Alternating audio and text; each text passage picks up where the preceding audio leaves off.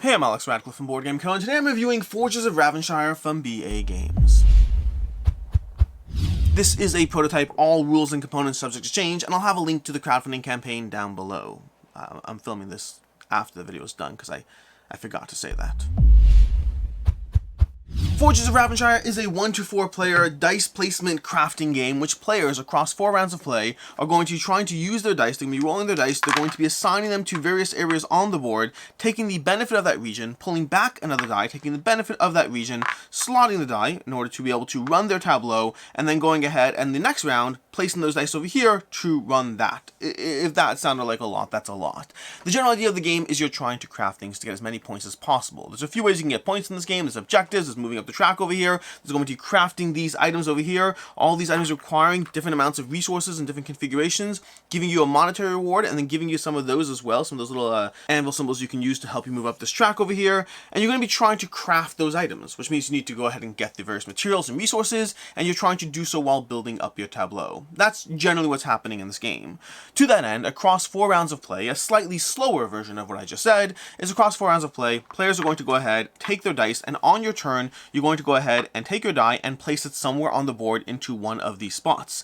Depending on the spot you go to, you're going to get some sort of reward back depending on the spot and the value. So in this case, if I put this 3 over here, because it's a 1, 2, or 3, I'd get 1 iron over there, versus if I put it 4, 5, or 6, I get an iron and a little hammer symbol over there, a hammer token, which can be used to upgrade things.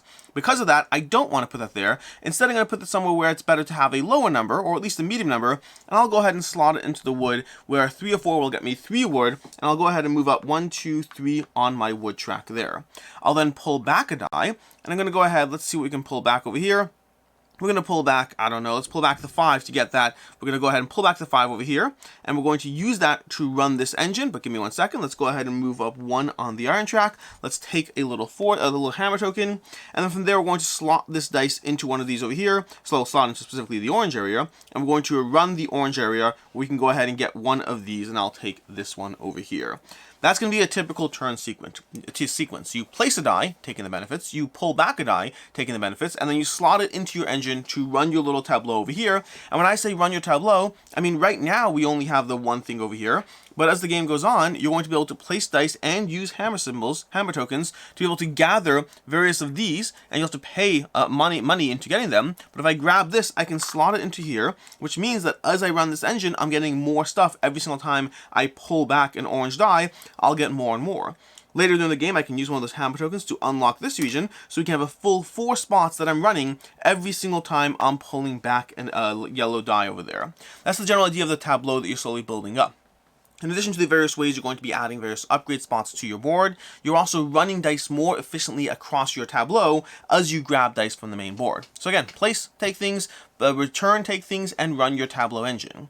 When you're done with all of that, once you've gone ahead, you've placed your dice, you've taken some things, you pull back a die, you run this engine over here, you place a die over here, take that stuff there, you pull back a die, run this engine over here. Once you're done doing that full engine, all players have done so, you're going to go ahead and place your dice into your forge areas, and any of these areas in your forge, in order to run your forge. And that could be a bunch of these default spots over here. So for example, if I place any value, let's go ahead and place a 3 over here, that's any value, I'll grab 2 of these upgrade tokens, which will be helpful to upgrade various things across the course of the game.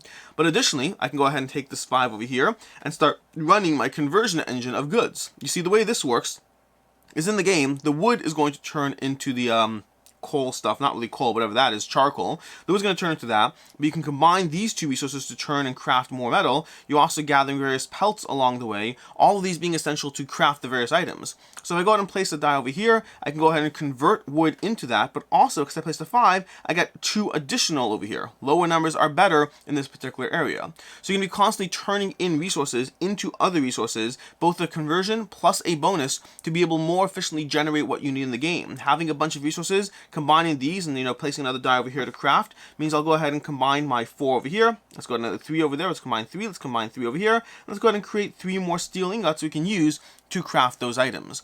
So again, now that we've taught you that, again, placing a die, getting stuff, returning a die, getting stuff, running your tableau with that dice, and then when you're done with that, all of those dice will be used to run your forge and or get additional bonuses. You're doing all of that so you can craft items in the game. See, along the way, you'll be gathering these items over here, and you'll be taking these items in order to, well, craft them. You'll be gathering these items and making them, so you're going to go ahead and say, hey, I need 12 ingots, I need 8 fur, and I need 2 of that particular augment that I'll throw on here. I'll get 21 gold, which gold is points in this game, so you can use it for things, but it's also worth points, and you're going to go ahead and move up this track over here. So you're going to go ahead and move up. Let's go ahead and move this over here. Let's find my token. I'm red. We're going to move up 4 spots on that track, getting those bonuses as well.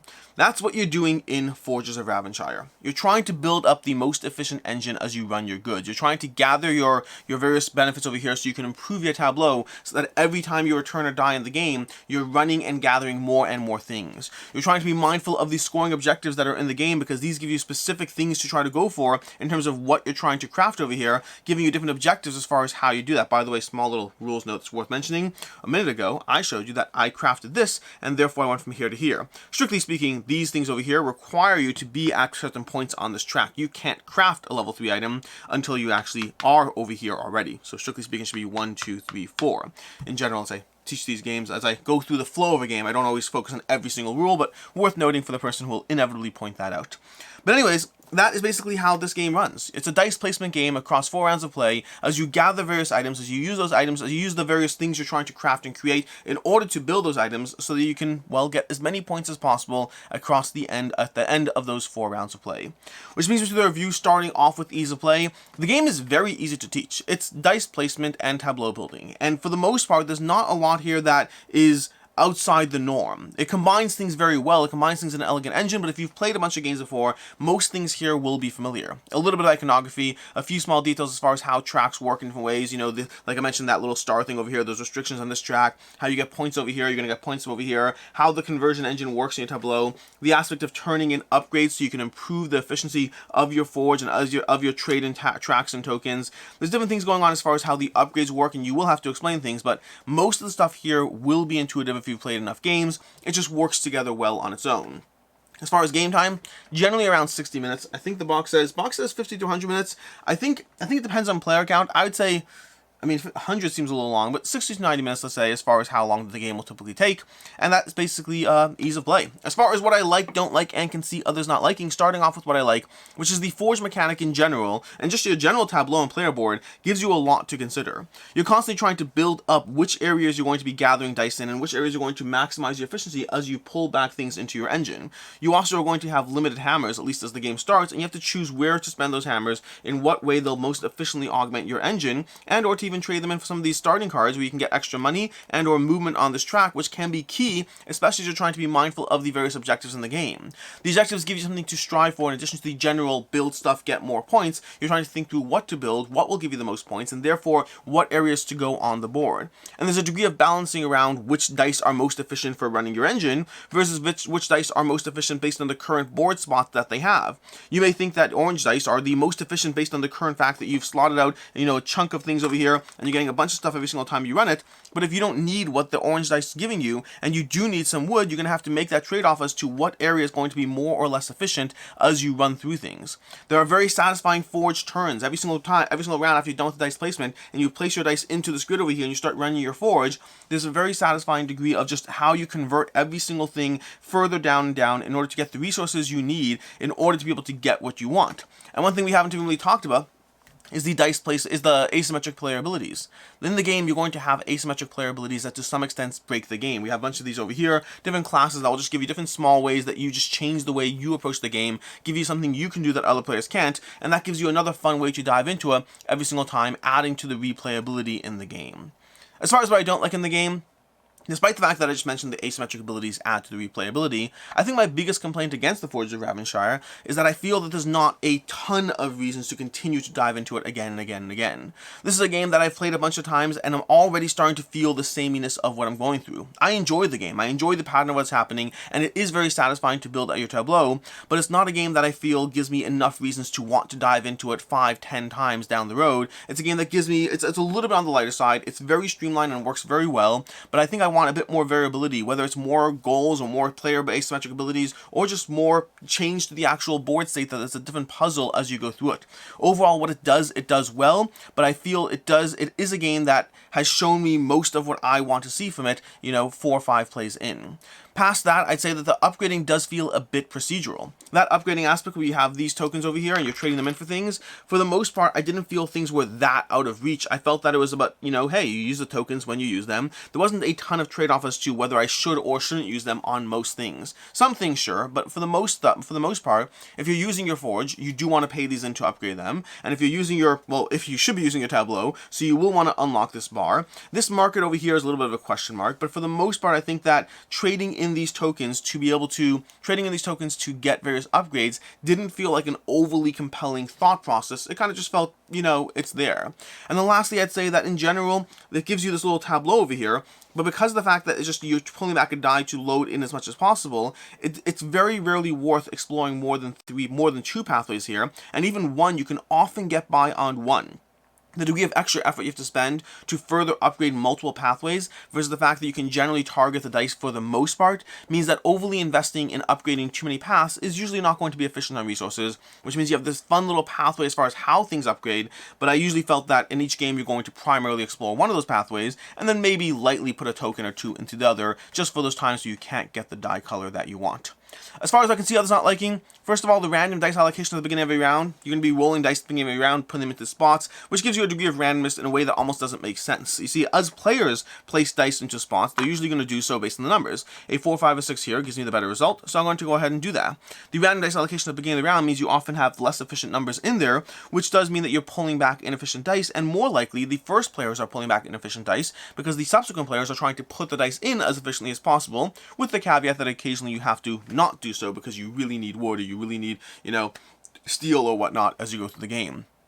And I'd say in general as well, there's a lot of resource tracking in this game as you try to think through what you're buying. You're going to have these items over here, and if you have these items over here that you're trying to craft, you have to be mentally thinking through not just the resource you need, because in most games you think through, okay, great, I need this, I need that, and it's done. But in this game, in Forges of Ravenshire, you're thinking through what you're going to craft, which means you have to think a few levels back. If you have a bunch of things you're trying to build, you have to be thinking, okay, great, I need, 12 steel over here, and I need 8 fur. The fur I already have like 6, okay, so that's not a big deal, I can figure that out.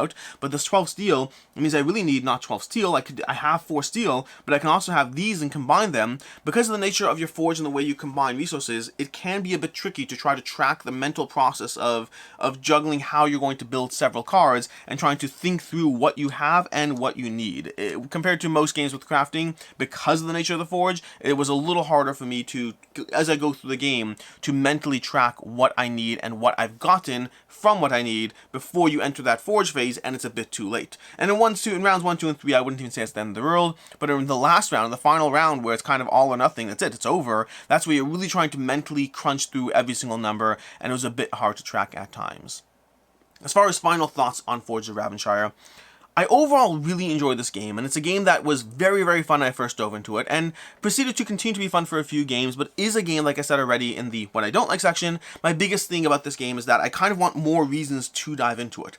It is a little bit on the lighter side, not crazy on the lighter side. I would say it's a medium weight game, but it's a medium weight game with not a ton of variability as far as reasons why I want to dive into it again. I think that in general, to me, the pure gameplay, if I was rating this based on the, one play, it would be a 4 out of 5. But I'm not rating it based on one play, I'm rating it based on multiple plays, and for me, I'd say it's already dropped to a 3.5 out of 5, in the sense that the game, what it's doing, is a lot of fun. It's very satisfying. But each additional play doesn't give me that many reasons to really feel re-inspired to dive back into it. Rather, it's a good game that has stayed pretty good and consistent, hasn't really grown, and hasn't changed up the puzzle. So overall, very good at what it's doing, but also one that I want more variability out of the experience, more reasons to dive into it. A 3.5 out of 5. As far as other game recommendations, if you want a game that gives you a similar degree of placing things on, taking them off in a very rewarding puzzle, Raiders of the North Sea did that same idea of worker placement, place one on, pull one off again and again as you try to activate both workers. And if you're looking for something a little bit more in the dice placement vein, a game that also had problems with variability until the expansion came out, Kingsburg is an oldie but a goodie that the base game was very compelling and then got a little boring over time, not boring, got a little less fun over time, until the expansion came out giving you tons of buildings that really reinvigorated just how enjoyable that game was. Until next time, I'm Alex Radcliffe from Board Game Co. I hope you enjoyed this video, and as always, I hope you have a good one.